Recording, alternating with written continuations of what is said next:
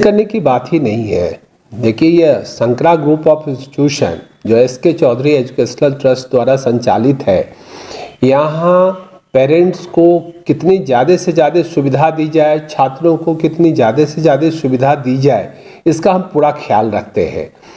Situation को देखते हुए जो फाइनेंशियल प्रॉब्लम अगर पेरेंट्स को है तो हम समझते हैं कि पेरेंट्स भी इसी समाज के हिस्से हैं, संस्था भी इसी समाज का हिस्सा है, तो हम बीच का रास्ता निकालते हैं कि मैंने इस पिछले 3 वर्षों में छात्रों को हमने जितना भी फ़ी है उसमें काफ़ी हमने उनको स्कॉलरशिप के रूप में ग्रांट ऑलरेडी किया है। जैसे बीटेक में हो, एमबीए में हो, एमसीए में हो, बीबीए में हो, बीसीए में हो, तो जितना हम कर सकते थे मैक्सिमम हमने अपने मर्जी से ही अपने संस्था के तरफ से छात्रों से आवेदन ले करके हमने ऑलरेडी स्कॉलरशिप दे दिया है। तो इसीलिए शंकरा ग्रुप ऑफ इंस्टीट्यूशन में किसी भी तरह का मरमरिंग, किसी भी तरह की क्रिया प्रतिक्रिया आने का सवाल ही नहीं उठता है। और एक और लिबर्टी दी गई है कि संस्था में फीस में कभी अगर देर से आता है तो साल भर हम उससे छात्रों को या पेरेंट्स को किसी तरह का नोटिस नहीं दिए हैं। जब एग्ज़ाम का फॉर्म भरने का टाइम आया उसी समय में वो जितना हमने स्कॉलरशिप दे दी है उसके अलावा जो फ़ी बचता है उसमें भी सहूलियत दी गई है कि अगर एट ए टाइम वो नहीं दे सकते हैं तो इंस्टॉलमेंट में दे दें। लेकिन सबसे बड़ी सहूलियत शंकरा ग्रुप ने ऑलरेडी दिया है कि इन सभी तकनीकी शिक्षण संस्थाओं में हमने छात्रों का फ़ी ऑलरेडी कम कर दिया है और उस जब हमें स्कॉलरशिप के रूप में दिया है तो उससे बच्चे प्रोत्साहित भी हुए हैं, गार्जियन भी प्रोत्साहित हुए हैं और हमें कोई अड़चन भी नहीं दिख रहा है।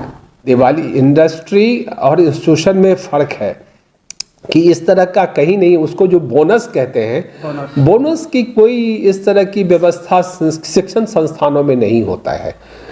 हम वैसे ही अगर अभी शिक्षण संस्थानों की भी जो स्थिति है अत्यंत दयनीय बनी हुई है क्योंकि एडमिशन कम हुए हैं, सोर्स ऑफ इनकम तो स्टूडेंट का फ़ी होता है, खर्चे बहुत सारे हैं और दिनों दिन खर्चा तो बढ़ता ही जा रहा है, चाहे वो एफिलिएशन फ़ी हो यूनिवर्सिटी का, चाहे वो एक्सटेंशन ऑफ अप्रूवल का फ़ी हो, एआईसीटी का, एनसीटी का, या इलेक्ट्रिसिटी चार्ज हो, आप देखें कि कितना बढ़ गया है।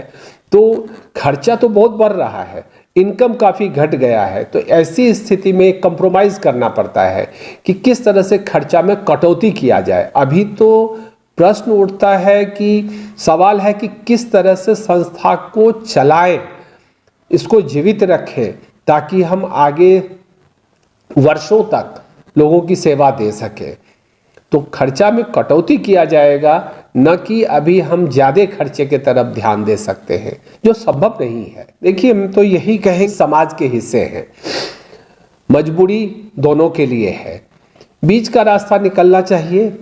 जहाँ तक हो सके हम लोग कंप्रोमाइज़ करके चले, कुछ सहूलियत छात्रों को मिलनी चाहिए, पेरेंट्स को मिलना चाहिए, उसी तरह से फिर छात्रों को और पेरेंट्स को भी संस्था का भी ध्यान रखना चाहिए। ये जो होता है आपस का परस्पर मीठा संबंध, उससे दोनों को अच्छा होगा। संस्था भी चलाने के लिए तो आप समझते हैं कि फाइनेंशियल सपोर्ट की आवश्यकता है ही।